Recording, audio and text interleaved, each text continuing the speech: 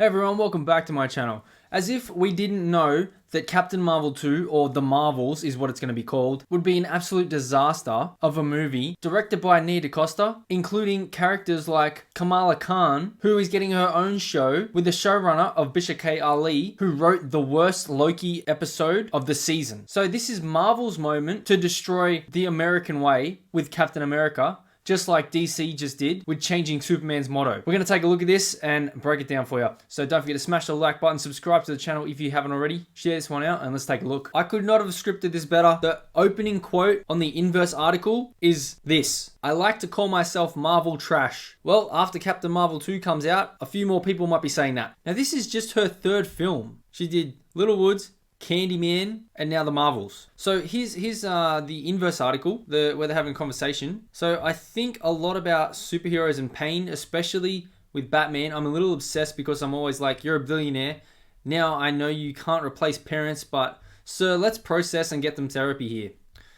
Oh my God. And then Nia's like, I think it's a burden. And then Roxanne Gay says, it is a burden. It's always a burden. In fact, when you were doing press for Candyman, you noted that racism tends to make people unwilling martyrs, which is so very true. We see it all the time, and superheroes are often unwilling martyrs, though under vastly different circumstances. Do you see a connection here? Do you see a connection between racism and martyrs? Okay. How does this relate to Captain America? Oh wow, I didn't think about it in that sense, but I think Candyman, especially in the way we shifted his lore bit in my film, is a hero.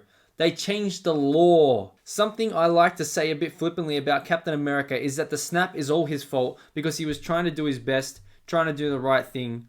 There is a world in which he's a villain because at the end of the day, he should have just sacrificed Vision. He chose one robot's life, albeit a sentient one, over literally the entire universe. There's a sort of anti-hero in that if you want to look at it through that lens. He wouldn't have made that decision, I don't believe, if Wanda wasn't standing right there and told him, let's take a look. Its molecular integrity could fail. Yeah, and you with it. We're not having this conversation. Eliminating the stone is the only way to be certain that Thanos can't get it. That's too high a price. Only you have the power to pay it.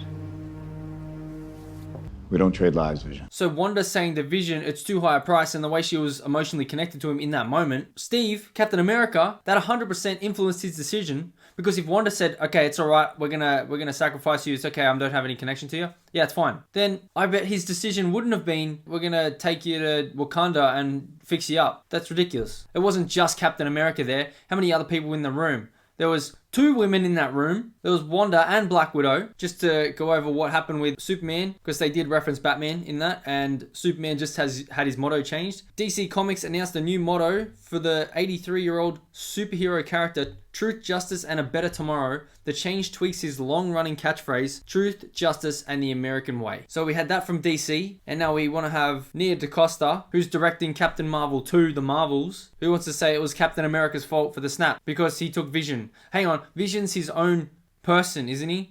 You said he's a sentient robot. He's a sentient being. Didn't he have his own decision to make? Yeah. And why did he make that decision? Because he was in love with Wanda and she didn't want to pay that price. So that forced Steve to say, all right, let's take you to Wakanda. I might know a guy who can fix you up. It wasn't just Steve. Stop trying to shit on Captain America. So if you really want to go down the road of whose fault was it in Infinity War, Mantis had Thanos subdued, but Star-Lord couldn't overcome his rage about Gamora, and so he ruined everything. Like, you want to play the blame game, you could go down this rabbit hole for ages, but it was the one universe where that was supposed to happen. So Doctor Strange had it right. So there's no point in any of this. You're just shitting on the pre-established characters so you can build up Captain Marvel 2? Really? So let me know your thoughts in the comments below. Be sure to smash the like button, subscribe to the channel if you haven't already. Share this one out, and I'll see you in the next one.